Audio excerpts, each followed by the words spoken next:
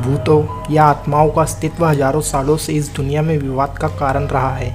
जब बहुत से लोग मानते हैं कि इस दुनिया में भूत प्रेत और काली शक्तियाँ होती हैं, वहीं कुछ अन्य लोग भी हैं जो इन काली शक्तियों के अस्तित्व पर सवाल उठाते हैं। हालांकि इस दुनिया में समय समय पर भूतों की मौजूदगी के कई ऐसे किस्से और कहानियाँ सुनने को मिलती हैं जिन्हें जानने के बाद भूतों और आत्माओं के अस्तित्व को नकारा नहीं जा सकता। दोस्तों, आज की इस वीडियो में हम बात करेंगे भारत के एक ऐसे ही भूतिया घर द हॉन्टेड वास विला के बारे में, जिसे जानकर आप इस दुनिया में काली शक्तियों के वजूद को नकार नहीं पाएंगे। हॉन्टेड वास विला के नाम से मशहूर यह घर कर्नाटक राज्य के बेंगलुरु में स्थित है। बाहर से देखने पर ही इस घर का नज़ारा बेहद डरावना लगता है। टूटे हुए सोफे, मेज़, कुर्सियाँ और कांच का कई सारा सामान घर के अंदर अजीब तरह से बिखरा पड़ा है। घर के बाहर एक कार बेहद ख़राब हालत में खड़ी है, जिसे देखकर ऐसा लगता है कि कई पीढ़ियों से इसे किसी ने छुआ तक नहीं। इस विला के परिसर में रहने वाले या वहाँ से गुजरने वाले लोगों का इस घर में एक अजीब सा एहसास हुआ है और कुछ नकारात्मक तरंगों की उपस्थिति महसूस हुई है। यहाँ रहने वाले लोगों का अनुसार रात के समय इस घर से किसी महिला के ज़ोर ज़ोर से रोने की आवाज़ सुनाई देती है।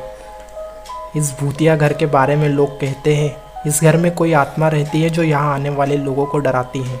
वहीं कुछ और जानकार लोगों का कहना है कि यह वास विला आज से करीब 70-80 साल पुराना है। आखिर वहाँ ऐसा क्या हुआ था? लोग वहाँ कुछ अलौकिक शक्तियों को क्यों महसूस करते हैं? वास Villa Saint Mark's Road Bharat के सबसे भूतिया स्थानों में से एक क्यों है? क्यों इस संपत्ति पर कोई दावा नहीं करता? इस बंगले में बेंगलोर के मशहूर वकील डॉक्टर वास अपनी 2 बेटियों डोल्से वास और वेरा वास के साथ रहने आए थे। डॉक्टर वास के बाद उनकी दोनों बेटियां यहाँ अकेली रहती थीं। साल 2002 में 75 साल की डोल्से वास की उनकी 80 वर्षीय बहन वेरा के सामने एक अज्ञात व्यक्ति द्वारा हत्या कर दी गई। दुर्घटना से भयभीत वेरा भागते हुए हत्यारे पर चिल्लाने के अलावा कुछ नहीं कर सकती थी। जब जांच अधिकारियों को घर में हत्यारे का कोई सुराग नहीं मिला तो उन्होंने अनुमान लगाया कि वह बदमाश चोरी के उद्देश्य से आया होगा, लेकिन डोल्से वास ने उसे पकड़ लिया और उस बदमाश को रोकने की कोशिश कर रही थी।